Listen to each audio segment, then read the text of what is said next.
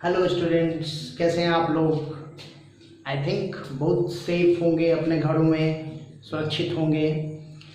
तो क्लास 10 के बच्चों के लिए आज मैं जो टॉपिक लेके आया हूँ वो टॉपिक है कंट्रोल एंड कोऑर्डिनेशन से का जो न्यूरल कंट्रोल एंड कोऑर्डिनेशन पढ़ रहे थे उसी का सबसे लास्ट टॉपिक है। ये हम लोग बात करने जा रहे हैं किसके बारे में, तो ऑटोनॉमिक नर्वस सिस्टम के बारे में, उसी से रिलेटेड हम लोग बात करने जा रहे हैं। अब यहाँ पे ऑटोनॉमिक नर्वस सिस्टम का मतलब क्या होता है, देखो नाम से पता चल रहा है। ऑटोनॉमिक नर्वस सिस्टम मतलब सेल्फ गवर्न सिस्टम होता है। कैसा सिस्टम है? सेल्फ गवर्न सिस्टम है ये। मतलब there are no particular role of brain and spinal cord. Brain and spinal cord जो है ना वो डायरेक्ट वे में इन्वॉल्व नहीं है। कहीं ना कहीं ये क्या कर रहा है, ब्रेन और स्पाइनल कॉर्ड के लोडिंग को कम करता है, उसके वर्कलोड को कम कर रहा है ना। ये उसके वर्कलोड को कहीं ना कहीं कम करता है, यही मेन इसका रोल है। ओके, तो अगर हम लोग ऑटोनॉमिक नर्वस सिस्टम को एक बेसिकली देखें, जैसे मान लीजिए ये आपका ब्रेन हो गया और ये हो गया आपका स्पाइनल कॉर्ड। ओके, ये आपका क्या है, ब्रेन का हिस्सा है और ये हिस्सा जो आप देख रहे हो ये स्पाइनल कॉर्ड का हिस्सा है। अब देखो होता क्या है ना कि ब्रेन से और आपके स्पाइनल कॉर्ड से नंबर ऑफ न्यूरॉन निकल रहे हैं और ये जो न्यूरॉन्स निकलते हैं ना उससे फिर गैंग्लिया का फॉर्मेशन होता है। इस तरह से ऐसे गैंग्लिया का फॉर्मेशन होता है, इस तरह से ऐसे गैंग्लिया बनता है। इसको हम लोग क्या बोलते हैं, जहां से नर्व्स का बंडल निकल रहा है ना, दैट इज कॉल्ड गैंग्लिया। ये क्या है, गैंग्लिया है। अब नर्व्स का बंडल जिसको हम लोग गैंग्लिया बोल रहे हैं, इस गैंग्लिया से एक दूसरे से देखो इस तरह से कनेक्टेड होता है। कहीं कहीं कहाँ होता है वो मैं बताऊंगा, कनेक्टेड होता है और कनेक्टेड होकर के एक स्पेशल टाइप के सिस्टम का फॉर्मेशन करता है जो सेल्फ गवर्न सिस्टम होता है, that is called autonomic nervous system. इस ऑटोनॉमिक नर्वस सिस्टम को हम लोग क्लासिफाई करते हैं दो अलग अलग पॉइंट ऑफ व्यू से। एक को हम लोग क्या बोलते हैं, ये सिंपैथेटिक, क्या बोलते हैं, सिंपैथेटिक, और एक को हम लोग क्या बोलेंगे, पैरासिम्पैथेटिक। पैरासिम्पैथेटिक, देखिए ये दो बात करेंगे हम लोग, सिंपैथेटिक और पैरासिम्पैथेटिक। अब देखो अगर हम लोग ब्रेन से फिर से हम लोग बात कर रहे हैं, ये ब्रेन है आपका और ये है आपका स्पाइनल कॉर्ड। तो सिंपैथेटिक जो होता है वो एक्चुअली में कहाँ से राइज होता है, देखो ये जो जोन आप देख रहे हो ना इसको हम लोग बोलते हैं थोरैसिक। ये क्या है, थोरैसिक जोन है। आपको याद होगा मैंने बताया था जो स्पाइनल कॉर्ड से नर्व निकलता था उसको हम लोग बांट रहे थे, सर्वाइकल था, थोरैसिक था ना, लंबर था, सैक्रल था और फाइनली कोकिजियल था, है ना। तो ये थोरैसिक जोन है। ओके, और ये वाला हिस्सा जो आप देख रहे हो इसको हम लोग बोलेंगे लंबर जोन। ये है लंबर जोन, ये थोरैसिक जोन। और ये मतलब देखिए इस जोन का जो होता है ना, ये वाला जो जोन होता है ये थोरैसिक जोन होता है और पीछे जो पीठ का हिस्सा आप देख रहे हो ना, नीचे वाला जो हिस्सा, दैट इज कॉल्ड लंबर। तो लंबर जोन, तो जनरली क्या होता है आप देखिएगा थोरैसिक और लंबर जोन से नर्व से राइज करते हैं और ये नर्व से राइज करके एक दूसरे के साथ कंबाइन करके गैंग्लिया का फॉर्मेशन करते हैं। तो कहा जाता है कि सिंपैथेटिक को अगर हम लोग बात करें तो सिंपैथेटिक में लगभग 21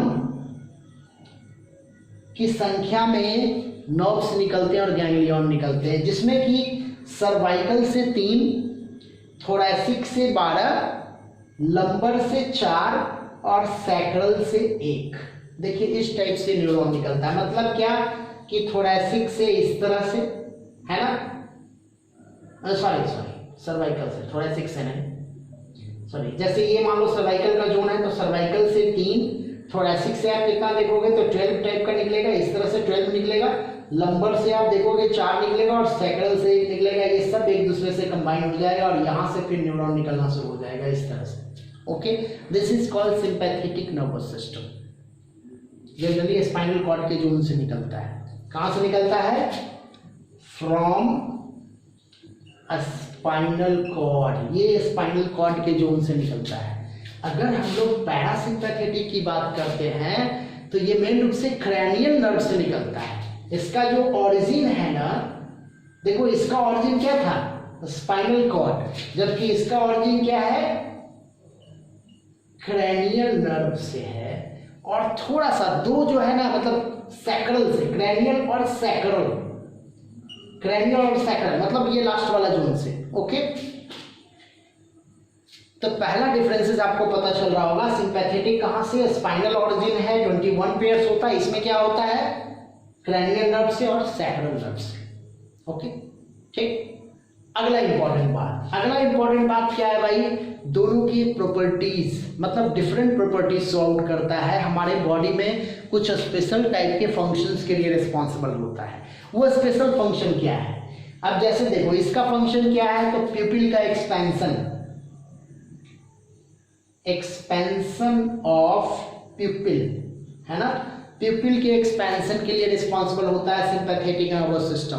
तो इसके बारे में हम लोग क्या बोलेंगे, ये कॉन्ट्रैक्शन के लिए रिस्पॉन्सिबल होता है। जस्ट अपोजिट है, एक दूसरे का एंटागोनिस्टिक है, सिंपैथेटिक और पैरासिम्पैथेटिक एक दूसरे का एंटागोनिस्टिक है, एक दूसरे के जस्ट अपोजिट काम करता है। अगला देखते हैं, जनरली इसके बारे में कहा जाता है कि ये हमारे सेलेब्री ग्लैंड के सेक्रेशन को, पैंक्रियाज के सेक्रेशन को, इंटेस्टिनल ग्लैंड के सेक्रेशन को इनहिबिट करता है, इनहिबिट्स सेक्रेशन ऑफ, मैंने क्या क्या बताया, salivary gland, pancreas, even intestinal gland.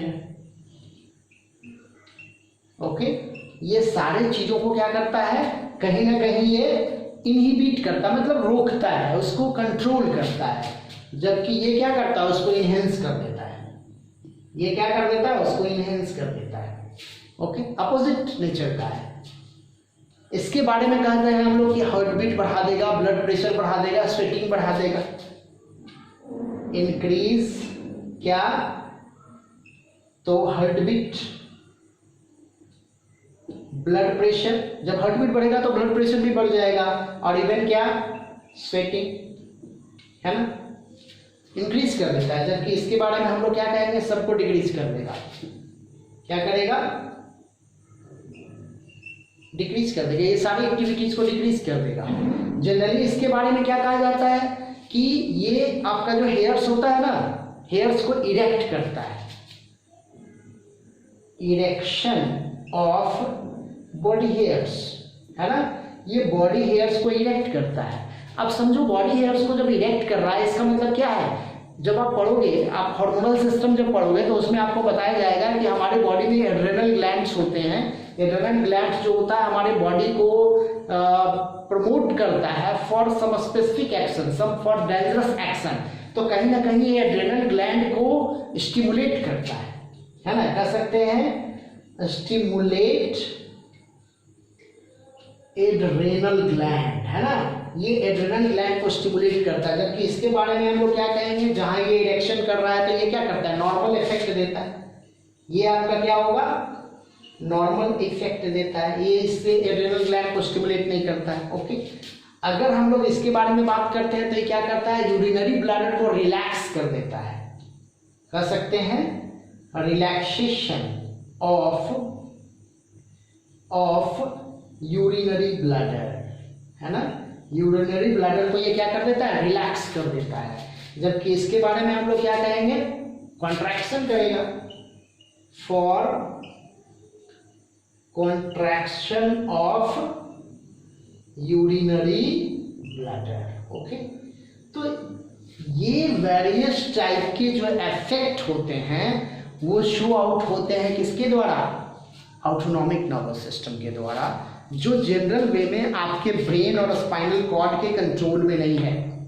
ये एक्चुअली में हमारा ब्रेन और स्पाइनल कॉर्ड इन सारे सिस्टम को डायरेक्टली कंट्रोल नहीं करता है। देखो ऐसा नहीं है कि ब्रेन और स्पाइनल कॉर्ड का एकदम रोल नहीं होता, 100% रोल नहीं होता, ये हम मान सकते हैं, लेकिन कुछ ना कुछ तो रोल होता है। सपोर्टिव फंक्शन तो उसका है ही, है ना, लेकिन मेन फंक्शन डायरेक्ट अगर हम लोग देखते हैं तो मेन फंक्शन जो है वो ऑटोनॉमिक नर्वस सिस्टम का है।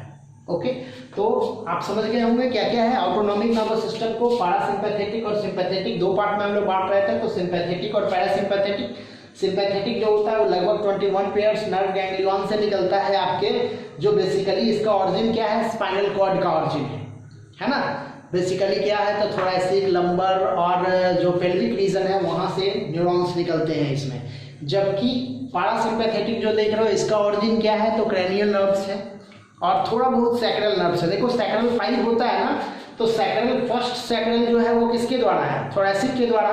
तो बाकी रेस्ट जो है मतलब 2 से 4 मतलब सैक्रल 2 to 4 जो है ना वो एसोसिएटेड होगा पैरासिम्पैथेटिक से। ओके, बाकी अलग फंक्शन मैंने बता दिया कि क्या है, एक्सपेंशन ऑफ पिपिल के लिए है, तो ये कॉन्ट्रैक्शन के लिए है। ये क्या करता है, सेलेब्री ग्लैंड के, पैनक्रियाज के, इंटेस्टिनल ग्लैंड के सेक्रेशन को क्या करता है, इनहिबिट करता है, मतलब उसको रोकता है।